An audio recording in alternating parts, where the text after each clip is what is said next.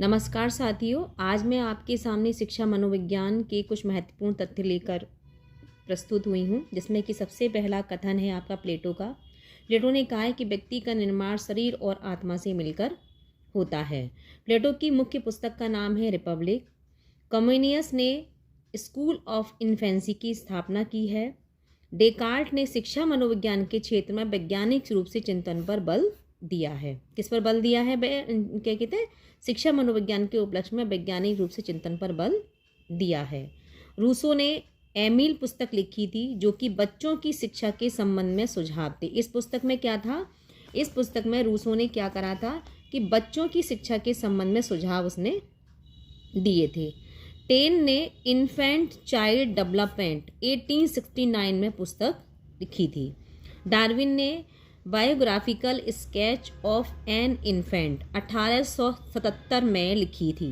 Prayer ने the mind of the child. Gesell ने infancy and human growth guidance of mental growth नामक पुस्तक को दिया था। भारतवर्ष में प्रथम विकासात्मक मनोविज्ञान की पुस्तक की रचना प्रोफेसर टी.एस. सरस्वती ने की थी। किसने की थी? Professor T.S.. सरस्वती ने की थी। किसकी रचना की थी?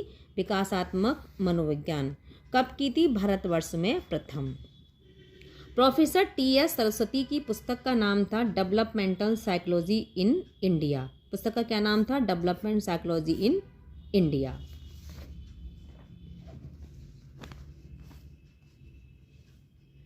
फेस्टिटगर का था कथन कि प्रयोग का मूल आधार स्वतंत्र चर में परिवर्तन से परतंत्र चर पर पड़ने वाले प्रभाव का अध्ययन कहलाता है। यह किसका था? फेस्टिगर का कथन है कि प्रयोग का मूल आधार स्वतंत्र चर में परिवर्तन से परतंत्र चर पर पड़ने वाले प्रभाव का अध्ययन कहलाता है। टाउनसेंड ने कहा है कि समस्या तो समाधान के लिए एक प्रस्तावित प्रश्न है। यह कथन किसका है? कि समस्या तो समाधान के लिए एक प्रस्तावित प्रश्न है। यह कथन है आपके टाउनसेंड ने दिया है। मैक्यूगिन ने कहा है कि समस्या इस प्रकार के प्रश्न हैं जो वैज्ञानिक जांच की पहल कराते हैं। यानी कि मैक्यूगिन ने जो कथन दिया है कि वह कहा है कि समस्या इस प्रकार के प्रश्न हैं जो वैज्ञानिक जांच की हमें पहल कराते हैं। टाउनसेंड ने कहा है फिर से कि उपकल्पना अनुसंधान समस्या के लिए एक प्रस्तावित उत्तर। यह डेफिनेशन किसकी है? टाउनसेंड की।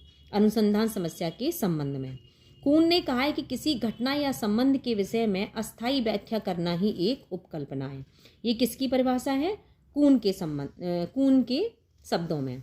रिक्स और उसके साथियों ने कहा है कि अभिकल्प में प्रयोग की योजना समाहित रहती है। अभिकल्प में किसकी योजना समाहित रहती है? प्रयोग की। इसके बाद हरलॉक ने कहा है कि does not take into consideration variance within age. ये किसकी डेफिनेशन है? हरलॉक की। हरलॉक ने फिर से कहा है कि it gives an opportunity to analyze relationships between naturalization and experimental process. आइजेनिक ने कहा है कि साक्षात्कार वह साधन है जिसके द्वारा मौखिक अथवा लिखित सूचना प्राप्त की जाती है। वेस्ट ने कहा है कि मनोविज्ञान परीक्षण एक उपकरण है जिसे मानव व्यवहार के किसी पक्ष के मापन एवं गणना के लिए तैयार किया जाता है।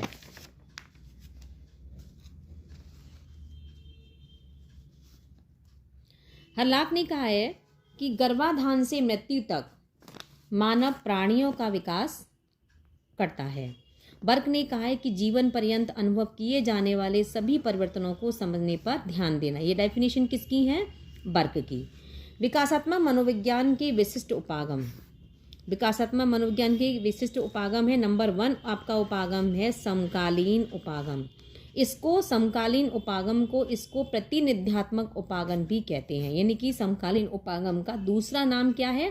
प्रतिनिध्यात्मक उपागम, यानी कि इसको इंग्लिश में कहते हैं क्रॉस सेक्शनल अप्रोच। इस उपागम में अध्ययनकर्ता अपनी अध्ययन विधि में आंकड़ों का संग्रह करता है। क्या करता है अध्ययनकर्ता?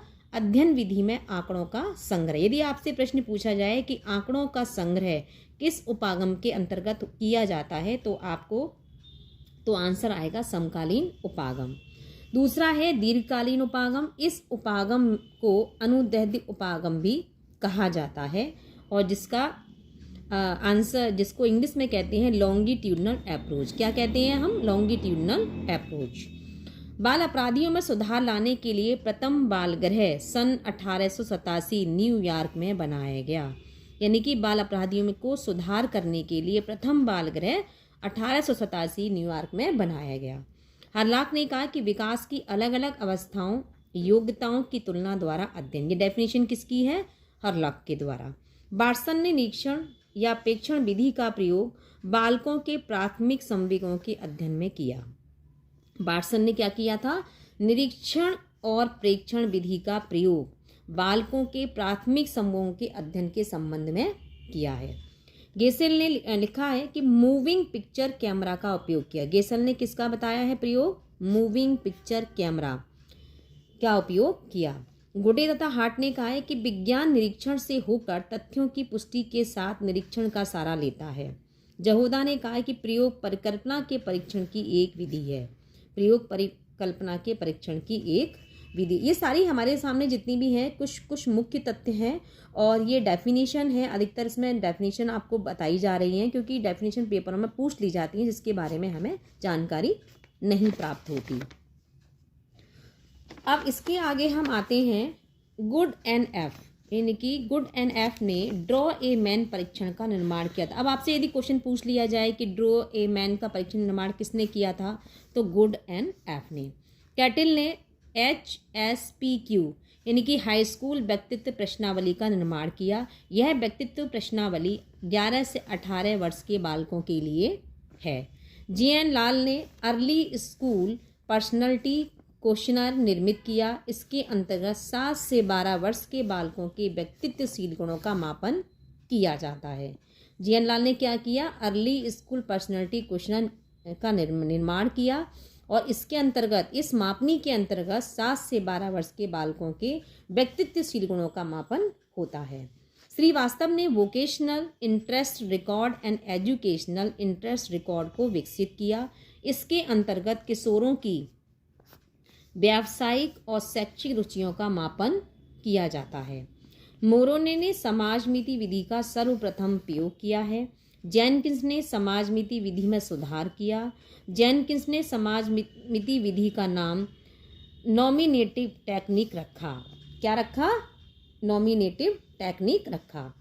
प्रक्षेपण शब्द का प्रथम उपयोग मानसिक मनोरचनाओं के रूप में हुआ। किसमें हुआ? मानसिक मनोरचनाओं के रूप में हुआ।